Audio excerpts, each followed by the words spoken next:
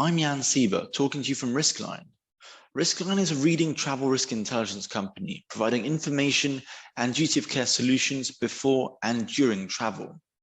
Trusted by companies of all sizes, our geographically distributed team enables us to have a human coverage 24/7, 365.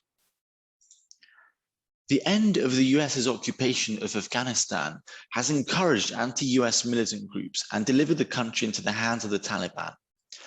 There is very little US leverage to compel the Taliban to honor commitments to disentangle themselves from al-Qaeda, and even less on-the-ground intelligence to direct counter-terror operations. The Taliban, however, find themselves in a position of wanting international recognition, which, for their own self-interest, will require some moderation. In addition, the rival ISK militant group remains firmly opposed to both the US and the Taliban.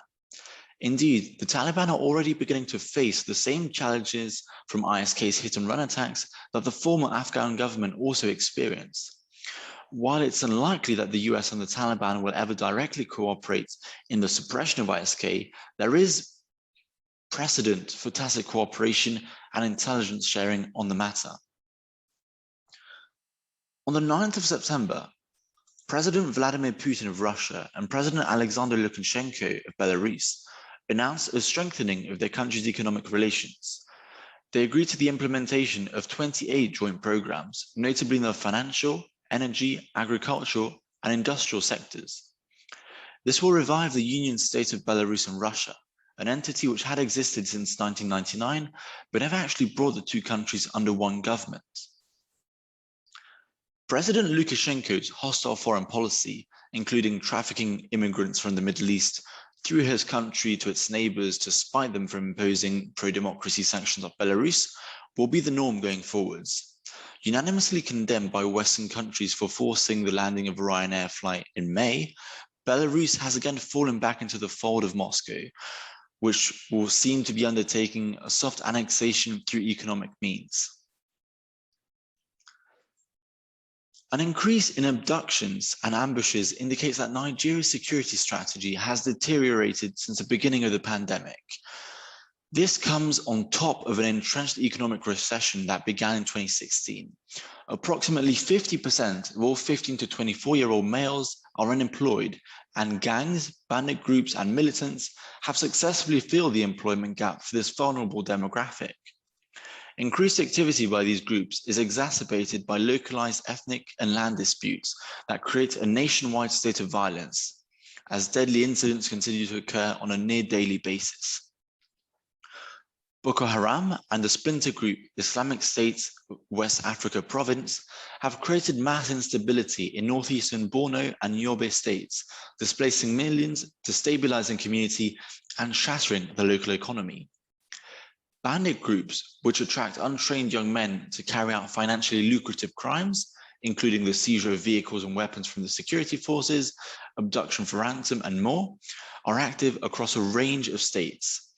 The current state of instability is expected to continue as the government is unable to effectively address the dire economic situation, and security services have proven unable to suppress the violence. Ahead of the elections on November 7th, the Nicaraguan regime, led by President Daniel Ortega and Vice President and wife Rosario Murillo since 2007, has embarked on an unprecedented and violent crackdown on opponents. Dozens of opposition figures have been detained on politically motivated charges and even forced into exile. The wave of repression, however, is not limited to arrests. Ortega exerts control of the security forces, the judiciary, and the electoral council. A previous clampdown in 2018 saw anti-government protests leaving 300 people dead and forcing over 100,000 Nicaraguans to flee the country. In response to this, the United States and the European Union have imposed restrictions on senior Nicaraguan officers. Economic sanctions alone, however, are unlikely to trigger change if the opposition remains fragmented. And while the election is likely to go in the Ortega's favor, low-level unrest will continue, as well as displacement and mass migration exacerbated by the cost of climate change and corruption. The bushfire season in Australia and New Zealand usually runs between October and April. From October 2019 to February 2020, at least 34 people were killed and almost 6,000 buildings were destroyed in bushfires across Australia.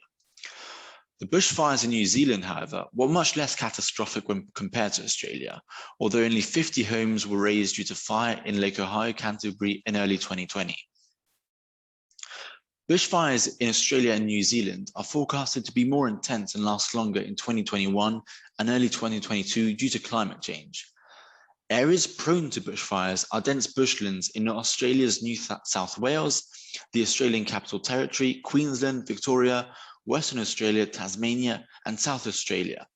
In New Zealand, the areas at risk are Auckland, Canterbury, Otago, Tasman, and Waikato. Both countries have efficient warning systems and efficient personnel who can respond quickly to incidents, but bushfires have the potential to cause unplanned power outages and travel disruptions.